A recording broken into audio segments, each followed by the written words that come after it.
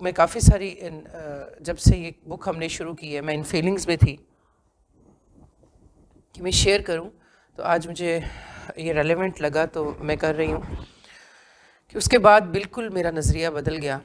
میں 15 دنوں بعد واپس آ گئی، لیکن میں نے اپنے ارد گرد اپنے بچوں اور اپنی فیملی سب کو ایک اور نظر سے دیکھنا شروع کیا کہ اگر وہ سفر جس کے بعد مجھے کبھی واپس نہیں آنا اور کبھی واپس ملنا نہیں ہے اور کبھی پلٹنا نہیں ہے، میں کس حال میں پچھلوں کو چھوڑ کے جانا چاہوں گی.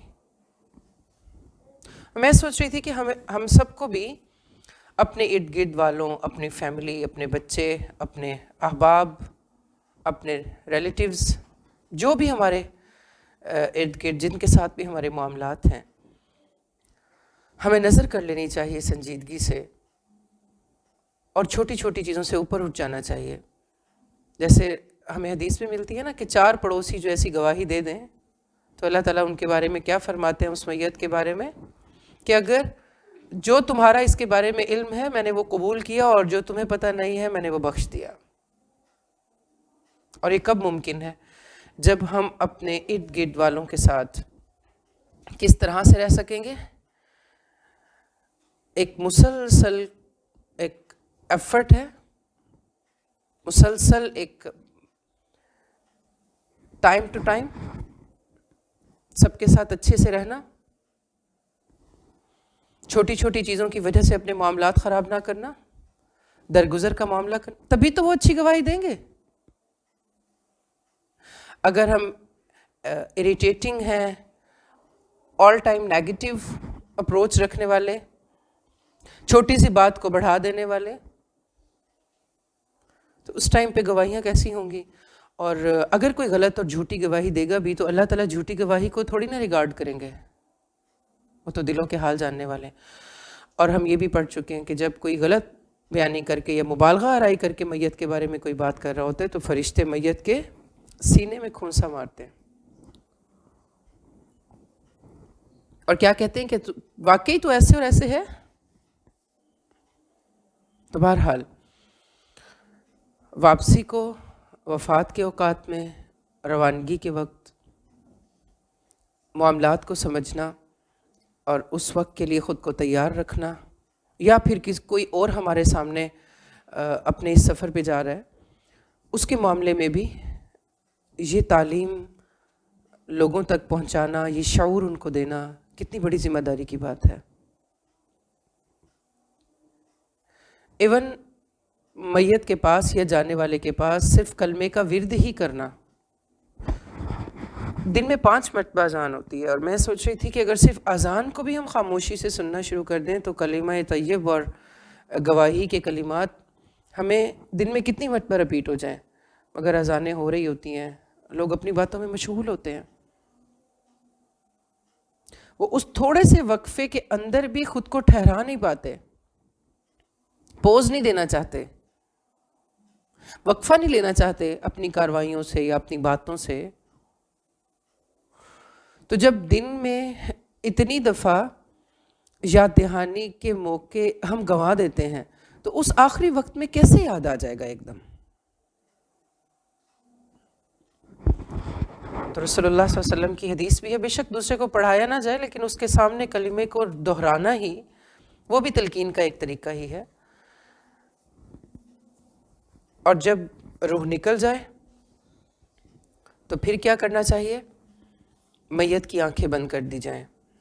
سیدہ ام سلمہ سے روایت ہے کہ رسول اللہ صلی اللہ علیہ وسلم ابو سلمہ کے پاس تشریف لائے جبکہ وفات کے بعد ان کی آنکھیں کھلی ہوئی تھیں، یعنی ان کی روح پرواز کر چکی تھی اور آنکھیں کھلی ہوئی تھیں. تو آپ صلی اللہ علیہ وسلم نے ان کی آنکھیں بند کر دیں، پھر فرمایا بے شک جب روح قبض کی جاتی ہے تو نگاہیں اس کا پیچھا کرتی ہیں. اس کے بعد آپ صلی اللہ علیہ وسلم نے یوں دعا فرمائی، اے اللہ ابو سلمہ رضی اللہ کو بخش دیجئے اور اس کے درجہ ہدایت یافتہ لوگوں میں بلند فرما دیجئے، اور اس کے بعد اس کے پسماندگان کی حفاظت فرمائیے. یا رب العالمین ہمیں بھی بخش دیجئے اور اسے بھی بخش دیجئے اور اس کی قبر کشادہ کر دیجئے اور اسے نور سے روشن کر دیجئے. کچھ پروڈکٹس اویلیبل ہیں ہمارے پاس الہدیٰ ویب سائٹ پہ، پراپر ایک پورٹرائل بھی ہے ڈیتھ کے نام سے. اس کے علاوہ جتنے بھی اس مواقع کی ضرورت کی چیزیں ہیں، جیسے میت کی بخشش کی دعائیں ہیں. یہ جو دعا ابھی آپ نے سنی یہ بھی اس کارڈ میں اویلیبل ہیں. میت کی بخشش کی دعائیں، پھر تعزیت کے جو مسنون الفاظ رسول اللہ صلی اللہ علیہ وسلم نے استعمال کیے، پھر اسی طرح اصال ثواب کے نام سے جو وفات کے بعد کرنے والے کام ہیں، مختصر، جامع اور ود ریفرنس، یہ بھی اویلیبل ہیں. پھر غسل میت کی تکفین اور ان کا دفنانے کا طریقہ مسنون، یہ سب اویلیبل ہیں. سائٹ پہ بھی آپ دیکھیں گے، ویب سائٹ پہ بھی آپ کو کافی سارا مواد ملے گا. بہرحال یہ اویئرنیس ہمیں سنجیدگی سے پہنچانے کی ضرورت ہے اور اس کو دہراتے رہنے کی ضرورت ہے. پھر میت کے ہاتھ پاؤں سیدھے کر دیے جائیں. ہم جانتے ہیں کہ جب انسان کے جسم سے روح نکل جاتی ہے تو دھیرے دھیرے اس کی جو باڈی ہے، جو اس کا جسم ہے، وہ اپنی جگہ پہ اکڑنا شروع ہو جاتا ہے. تو اس کی پوزیشن کو بھی سیٹ کرنا اس وقت ضروری ہے کہ جب ابھی جسم نرم ہے اور گرم ہے، اس کے ہاتھ پاؤں سیدھے کر دیے جائیں. پھر اسی طرح سے سر کے نیچے سے تکیہ نکال دیا جائے، اور اگر کوئی مصنوعی دانت یا کانٹیکٹ لینزز وغیرہ لگے ہوئے ہیں اس وقت فوراً آسانی سے نکالے جا سکتے ہیں تو وہ بھی نکال لینے چاہیے. کوئی جیولری وغیرہ، زیورات وغیرہ پہنے ہوئے ہیں تو وہ بھی شروع میں ہی اتار دینے چاہیے تاکہ میت کے جسم میں تناؤ آ جانے کے بعد اتارنے میں دقت نہ ہو. پھر اسی طرح میت کا منہ کھلا ہو تو کپڑے کی ایک چوڑی سی پٹی ٹھوڑی کے نیچے سے نکال کر سر کے اوپر باندھ دی جائے. ایک اور پٹی سے دونوں پاؤں ملا کر ہلکے سے باندھ دیے جائیں. پھر بعد میں غسل کے وقت یہ پٹیاں جو ہیں وہ کھول دی جاتی ہیں. میں یہ سوچ رہی تھی کہ زندگی جس کا کوئی اعتبار نہیں، ہم اس کی کتنی گہرائی میں جا کے تیاری کرتے ہیں اور کتنے اس کے لیے سنجیدہ ہوتے ہیں اور کتنا اس کو ہر وقت سیلیبریٹ کرتے رہتے ہیں اور سوچتے رہتے ہیں. اور ایک ایسی حقیقت جس میں آپ سب سے زیادہ محتاج ہیں. سب سے زیادہ تکلیف دہ بات یہ ہے کہ آپ محتاج ہیں، اور اس طرح سے آپ محتاج ہیں کہ آپ اپنا کچھ بھی نہیں کر سکتے، کرنے والوں کو کوئی ہدایت بھی نہیں دے سکتے. آپ ان کو یہ بھی نہیں کہہ سکتے کہ نرم ہاتھ لگاؤ، مجھے تکلیف ہو رہی ہے. تو کتنا ضروری ہے کہ اپنے ارد گرد والوں، اپنے احباب، اپنی فیملی کو ہم یہ ایجوکیٹ کر کے جائیں ان سارے کاموں کے بارے میں. ابھی میرا ریسنٹلی درس تھا ایک جگہ پر، تو وہاں پہ بات ہو رہی تھی کہ آپ نے ان کو اس ٹاپک پہ بتانا ہے، اور میت کے بارے میں تھوڑی سی بات کیجیے گا کہ جب کسی کی وفات ہو جاتی ہے تو اس سے ایک دم سب اتنے بیگانے ہو جاتے ہیں، حالانکہ وہ فیملی ممبر انہی کے درمیان سال ہا سال جی رہا ہوتا ہے، کھاتا پیتا اٹھتا بیٹھتا ہے، لیکن ایک روح نکلنے کی دیر ہوتی ہے اس سے ایسا غیروں جیسا سلوک کرتے ہیں. پروفیشنل لوگوں کے ہاتھوں میں دے دیتے ہیں جو پیسے کی خاطر یہ ساری سروسز دے رہے ہوتے ہیں. این اس موقع پہ وہ ماں یا وہ بہن، کوئی بھی ایسا رشتہ جب اس نے ساری عمر آپ کو پردے کے اندر نہلایا، دھلایا، پہنایا، سجایا، سنوارا، اور آخری وقت میں ہم اس کے ساتھ محبت میں صرف چیخنا، چلانا، رونا دھونا، پیٹنا اور ایسے کاموں کو اپنی محبت کا سمبل سمجھ لیتے ہیں، حال سے بے حال اور بے ہوش ہو کے اس کو غیروں کے حوالے کر دیتے ہیں. حالانکہ یہ کتنی بڑی حقیقت ہے. سب سے پہلا کام صبر، اللہ کی رضا میں راضی ہو کے، اس کے ساتھ ہی آپ آگے اپنے آپ کو تسلی کے ساتھ کسی کام کے قابل رکھ سکتے ہیں. اگر آپ نے آپ کو اس وقت آپ سنبھال ہی نہیں رہے، آپ اللہ کی رضا میں راضی ہی نہیں. اور یہ پریکٹس زندگی میں ہوتی ہے. زندگی میں ہی چھوٹی چھوٹی تکالیف پر اگر آپ خود کو صبر سے باندھ لیتے ہیں تو پھر زندگی میں کوئی بڑا غم، کوئی بڑا ہم، کوئی بڑی تکلیف، کسی ایسے رشتے، یعنی زندگی میں سب سے بڑی تکلیف کیا ہے؟ کسی قریبی رشتے کی وفات. یہ ایسا نقصان ہے جو ناقابل ازالہ ہے نا، جانے والے کبھی واپس نہیں آتے. تو اس موقع پر اپنے آپ کو صبر اور حوصلے کے ساتھ رکھنے کے لیے اس سے پہلے آنے والے چھوٹے چھوٹے سارے مواقعوں پر خود کو صبر کی تلقین کرتے رہنا ضروری ہے. تبھی اس بڑے موقع پر آپ اس قابل ہوں گے کہ آپ اس محبت، جس سے آپ محبت کا دعویٰ کر رہے ہیں، اپنے قریبی رشتے کو بھی جو اس وقت اس موقع پر کرنے کے کام ہیں جو اس کا حق ہے وہ آپ ادا کر پائیں.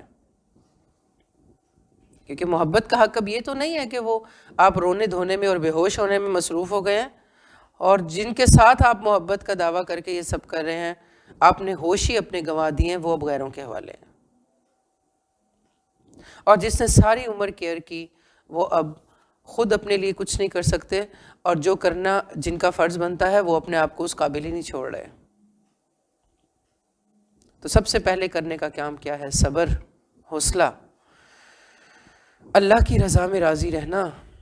ان للہ ما اخذ ولہ ما اعطى، جو اس نے لے لیا وہ اسی کا تھا، اور جو اس نے دیا ہوا وہ بھی اسی کا ہے، اور ہم سب بھی اسی راستے کے مسافر ہیں. پھر میت کو کسی چادر سے ڈھانپ دیا جائے. رسول اللہ صلی اللہ علیہ وسلم کی وفات ہوئی تو انہیں دھاری دار چادر سے ڈھانپ دیا گیا تھا. بہت گرمی کے موسم میں میت کو کفن دفن کے انتظار تک کسی ٹھنڈے کمرے میں رکھنا. آپ نے دیکھا ہوگا کولر یا اے سی یا پھر برف کا انتظام کیا جاتا ہے، اور کپڑوں کو ہلکا کر لینا، یعنی اگر کوئی اس طرح سے موٹی چادر نہ ڈال دینا، نیچے اگر کوئی میٹرس یا گدا ہے تو اس کو نکال دینا. پھر یاد رکھیے کہ قریبی عزیزوں کے غم اور ان کی جدائی اور ان کی وفات کے موقع پر رونا ایک فطری بات ہے کہ آپ کی آنکھوں میں آنسو آ جائیں، مگر چیخنا، چلانا، زبان سے واویلا کرنا، یہ سب چیزیں منع ہیں. اس کے بجائے دعا کی جائے. ابو سلیمہ کی میت پر گھر والوں میں سے کچھ لوگ چیخنے اور نوحہ کرنے لگے تو رسول صلی اللہ علیہ وسلم نے فرمایا تم اپنی جانوں کے لیے بھلائی کی دعا کیا کرو، اس لیے کہ فرشتے جو تم کہتے ہو اس پر آمین کہتے ہیں. مثلا آپ رو رہے ہیں، چیخ رہے ہیں، تو اس کو کیا فائدہ ہو رہا ہے؟ لیکن اگر غم میں آپ دعائیں دے رہے ہیں، آپ ان کی بخشش کے لیے استغفار کر رہے ہیں، تو اس کو فائدہ ہوگا، فرشتے اس پر آمین کہیں گے. پھر اسی طرح سے اگر کسی کے ساتھ زندگی میں آپ کا بیڈ ایکسپیرینس رہا ہے، کبھی تعلقات اچھے نہیں رہے، کبھی دکھ اور تکلیف کا معاملہ رہا ہے، ہو جاتا ہے نا ایسے، ہم جب قریب رہتے ہیں اونچے نیچے معاملات ہو جاتے ہیں، اس کو اس وقت ڈسکس نہ کیجیے. اور ایک مومن اور مسلمان تو اپنا معاملہ 3 دن سے زیادہ رکھتا ہی نہیں ہے، پھر وہ کبھی بعد میں اس کو ڈسکس نہیں کرتا. وہ ہر شام اپنا دل صاف کر کے جاتا ہے، کیونکہ جانے والے اپنے اعمال کو چلے گئے ہیں، تو مرنے والے کی خوبیوں اور نیکیوں کا تذکرہ کرنا چاہیے، کیونکہ ان کا معاملہ اب اللہ کے پاس پہنچ چکا ہے. سیدہ عائشہ کہتی ہیں رسول صلی اللہ علیہ وسلم نے فرمایا مرنے والوں کو برا نہ کہو، جو کچھ انہوں نے کیا آگے بھیجا وہ اس کا بدلہ پا چکے ہیں. جس مسلمان میت پر 2 یا 2 سے زیادہ مسلمان گواہی دیں، یعنی تعریف کریں کہ یہ اچھا آدمی تھا، اللہ اور اس کے رسول صلی اللہ علیہ وسلم سے محبت رکھنے والا تھا، تو اللہ سبحانہ وتعالیٰ اس میت پر رحم فرماتے ہیں. تو گواہی کون دیتا ہے؟ سب سے پہلے میت کے پاس کون آتے ہیں؟ محبت کے دعوے دار، چاہے وہ رشتے خون کے ہوں یا پھر دوستی کے.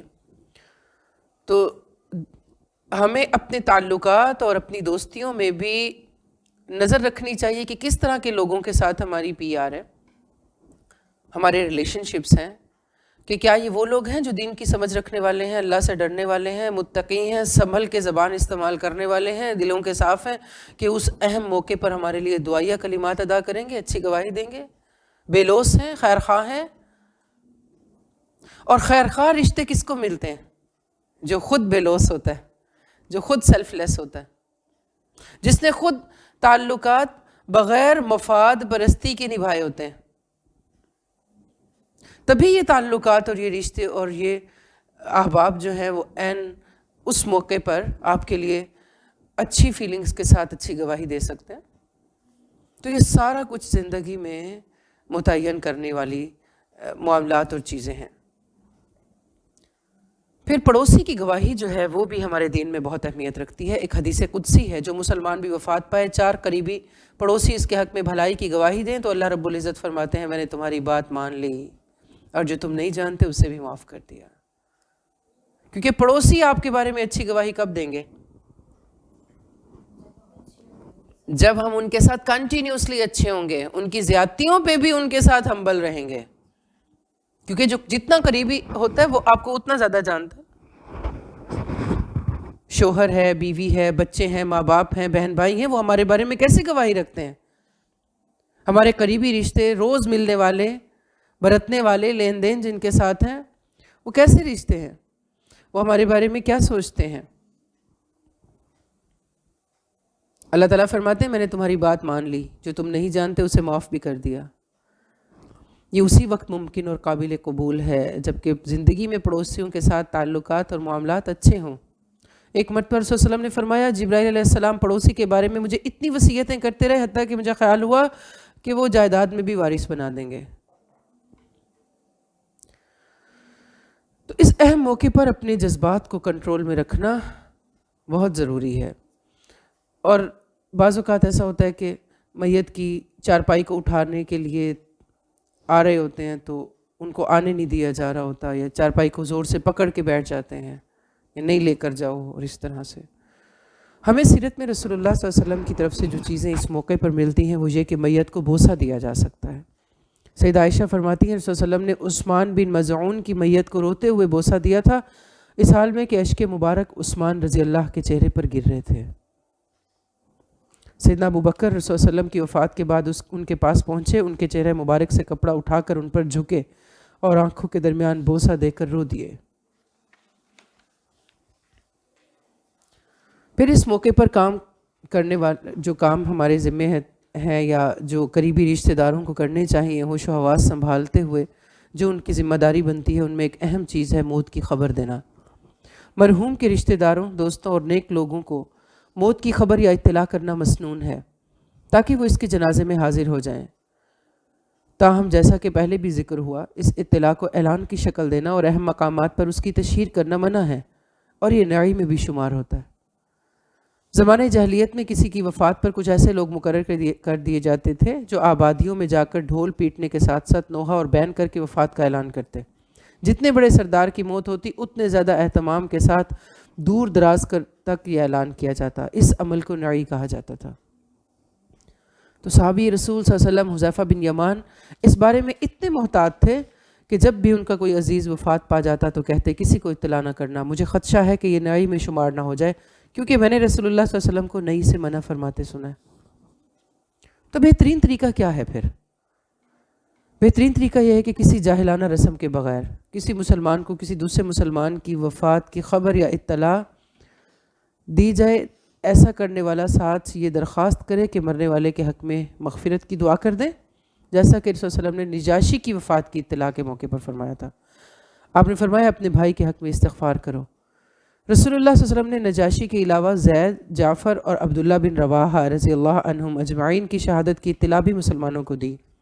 اس سادہ سے انداز سے بتا دیا کہ وہ جا چکے ہیں اور ان کے لیے استغفار کر لیں۔ اطلاع کے ساتھ ساتھ یہ بھی کہا جا سکتا ہے کہ مرنے والے کی طرف سے اگر آپ کے حق میں کبھی کوئی کوتاہی یا زیادتی ہو گئی ہو تو اسے بھی معاف کر دیں۔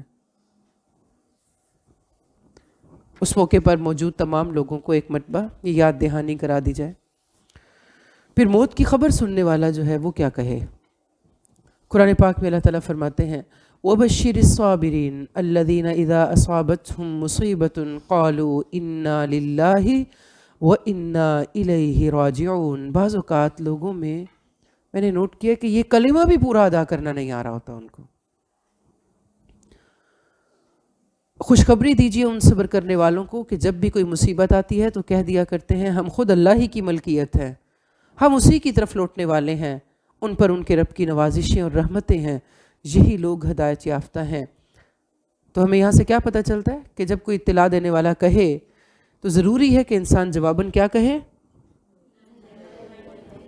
انا للہ و انا الیہ راجعون۔ سیدہ ام سلمہ کہتی ہیں صلی اللہ علیہ وسلم نے فرمایا جب بھی کوئی مسلمان مصیبت کے وقت یہ دعا مانگے جس کا اللہ نے حکم دیا ہے تو اللہ سبحانہ وتعالیٰ اس مسلمان کو پہلے سے بہتر بدلہ عطا فرمائیں گے۔ دعا کیا ہے؟ انا للہ و انا الیہ راجعون، اللہم اجرنی فی مصیبتی واخلف لی خیرا منہا۔ ہم سب اللہ کے لیے ہیں اور ہمیں اسی کی طرف پلٹنا ہے۔ اے اللہ مجھے میری مصیبت کے عوض بہتر اجر دے اور اس سے بہتر بدلہ عطا فرما۔ واپسی سب کی ہے، مسلمان کی بھی کافر کی بھی۔ کسی ظالم کافر کے مرنے کی خبر پر سیدنا ابن مسعود سے مروی ہے میں نے رسول اللہ علیہ وسلم کی خدمت میں حاضر ہوا اور ان کو بتایا کہ اللہ کے رسول اللہ پاک نے دشمن ابو جہل کو قتل فرما دیا۔ تو آپ نے فرمایا الحمدللہ الذی نصر عبدہ واعز دینہ، تعریف اس اللہ کی جس نے اپنے بندے کی مدد کی اور اپنے دین کو غالب کیا۔ تو ایسا کافر انسان جس نے کھلم کھلا دین حق کی مخالفت کی ہو اور مسلمانوں پر ظلم و ستم واضح ہو تو ایسے انسان کی موت کی اطلاع پر یہ کلمات ادا کیے جائیں گے۔ پھر کسی مخالف اور تکلیف دہ شخص کی وفات پر سیدنا انس بن مالک رضی اللہ عنہ سے مروی ہے کہ ایک شخص رسول اللہ صلی اللہ علیہ وسلم کی خدمت میں حاضر ہوا اور عرض کیا کہ فلاں پڑوسی ہمیں تکلیف دیتا ہے۔ آپ نے فرمایا اس کی تکلیف پر صبر کرو اور اپنی تکلیف سے اسے محفوظ رکھو۔ سبحان اللہ۔ یہ آپ کے دین کی تعلیم ہے. کیا کرو؟ اس کی تکلیف پر تو صبر کرو مگر اس کو تکلیف سے محفوظ رکھو. ابھی کچھ ہی دیر گزری تھی کہ وہ آدمی آپ کے پاس آیا، بتایا وہ پڑوسی مر گیا ہے. آپ نے فرمایا کفا بالدہر واعدا والموت تفرقا، زمانے کے واقعات عبرت کے لیے کافی ہیں اور موت جدا کرنے والی ہے. ہر طرح کے ریلیشن شپس میں جدائی آ جانی ہے. بہت زیادہ محبتیں بھی جدا ہو جائیں گی اور بہت زیادہ مخالفتیں بھی چھوڑ جائیں گی، جدا ہو جائیں گی. تو اعتدال میں رہنا چاہیے، معتدل رویہ اپنانا چاہیے. اس حقیقت کو یاد رکھنا چاہیے. سارے بدلے یہی نہیں لے لینے چاہیے، کچھ چیزیں آگے کے لیے بھی چھوڑ دینی چاہیے. کفا بالدہر واعظا، زمانے کے واقعات عبرت کے لیے کافی ہیں.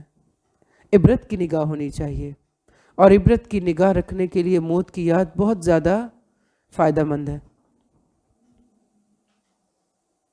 رسول اللہ صلی اللہ علیہ وسلم نے فرمایا جو آدمی یہ پسند کرتا ہو کہ اس کو آگ سے دور کر کے جنت میں داخل کر دیا جائے، وہ اپنی موت کی ایسی حال میں تیاری رکھے کہ وہ اللہ اور روز آخر پر ایمان رکھتا ہو.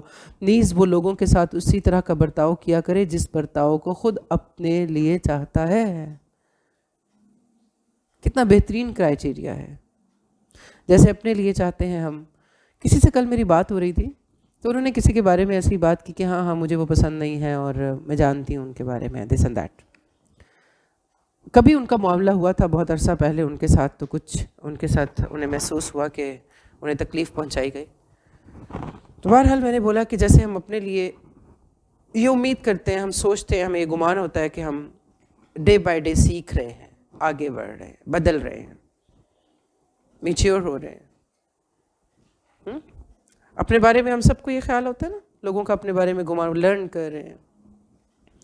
ایسے ہی ہمیں اپنے ناپسندیدہ لوگوں کے بارے میں بھی رائے رکھنی چاہیے. کسی نے بھی آپ کو تکلیف دی تھی کبھی تو وہ ضروری نہیں ہے ساری عمر آپ کے لیے تکلیف دے رہے گا.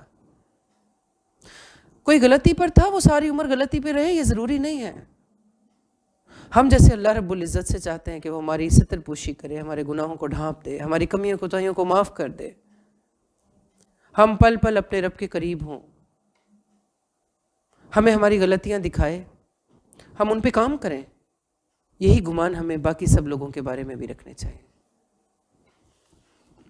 اور رسول اللہ صلی اللہ علیہ وسلم نے اس عادت کو کس کے ساتھ جوڑ دیا ہے؟ ایک مومن کے ایمان کے ساتھ جوڑ دیا ہے کہ جو اللہ اور روز آخر پر ایمان رکھتا ہو اس کو یہ چاہیے کہ وہ جو اپنے لیے سوچتا ہے وہی اوروں کے لیے سوچے. سو ایمان میں سے یہ بات ہے کہ جو ہم اپنے لیے چاہیں وہی اوروں کے لیے چاہیں.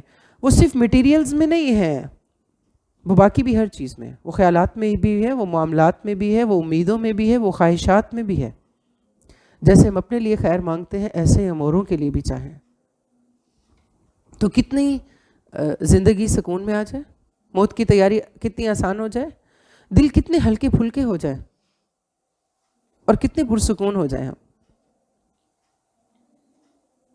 تو سبحان اللہ، ہمیں کیا کرنا ہے؟ موت کی یاد میں بہترین ہیلپ فل، موت کی تیاری میں بہت بہترین عادت کیا ہے کہ ہم اپنے لیے اور دوسروں کے لیے ایک طرح کا کرائیٹیریا رکھیں. میرا دل کرتا ہے میرے سے غلطی ہو گئی تو فلاں مجھ سے درگزر کرے، مجھے اکیلے میں سمجھائے، کسی کے سامنے مجھے ٹونٹ نہ کرے. مخلوق اور خالق دونوں سے ہم اسی طرح کی امیدیں رکھتے ہیں. اللہ سے مانگتے تو کیا کہتے ہیں؟ اللہ چھوٹے بڑے چھپے ظاہر جانے انجانے میں کیے سب گناہ معاف کر دیں. اور دوسروں کی چھوٹی چھوٹی چھوٹی چیزوں کو بھی مشکل ہو جاتا ہے اگنور کرنا. مخلوق سے بھی اسی طرح کی امید کرتے ہیں کہ اعلیٰ ظرف ہونا چاہیے، باتوں کو چھوڑ بھی دینا چاہیے، نظریات کو بدل بھی جانا چاہیے. ساری عمر انسان سیکھتا رہتا ہے. تو ان سب کے نتائج دوسروں تک بھی پہنچانے چاہیے. اپنی ذات سے بھی دوسروں کے ساتھ یہ سارے معاملات کرنے کی لالچ ہونی چاہیے. یہ ایک بندے کے اللہ پر ایمان اور یوم آخرت پر ایمان کے ساتھ جڑی ہوئی بات ہے. یہ صرف اسی کے اندر آئے گی جس نے اپنے رب سے ملاقات کو یاد رکھا ہوا ہے. جس کو یہ ہے کہ میرا آخر دن آنا ہے. جیسے عمر بن عبدالعزیز کو کسی نے گالی دی نا تو انہوں نے کہا کہ اگر مجھے اس بات کا یقین نہ ہوتا کہ قیامت آئے گی تو میں تمہیں جواب دیتا. یاد ہے نا قیامت آئے گی؟ تو پھر انسان کیسے پولائٹ نہیں ہوگا؟ جیسے آپ لوگوں نے سنا ہوگا بعض اوقات لوگ کہہ رہے ہوتے ہیں وہ فلاں میرے دل میں غم جاتا ہی نہیں ہے، فلاں کی بات تو میرے دل میں سے ہٹتی ہی نہیں ہے، فلاں موقع پہ یوں کیا تھا وہ تو میرا، یعنی ہم کسی کے بارے میں بھی امیج چینج کرنے پہ آتے نہیں ہیں. جو first expression is the last expression, it's not about, یہ ہمارے اسلام کا مزاج نہیں ہے.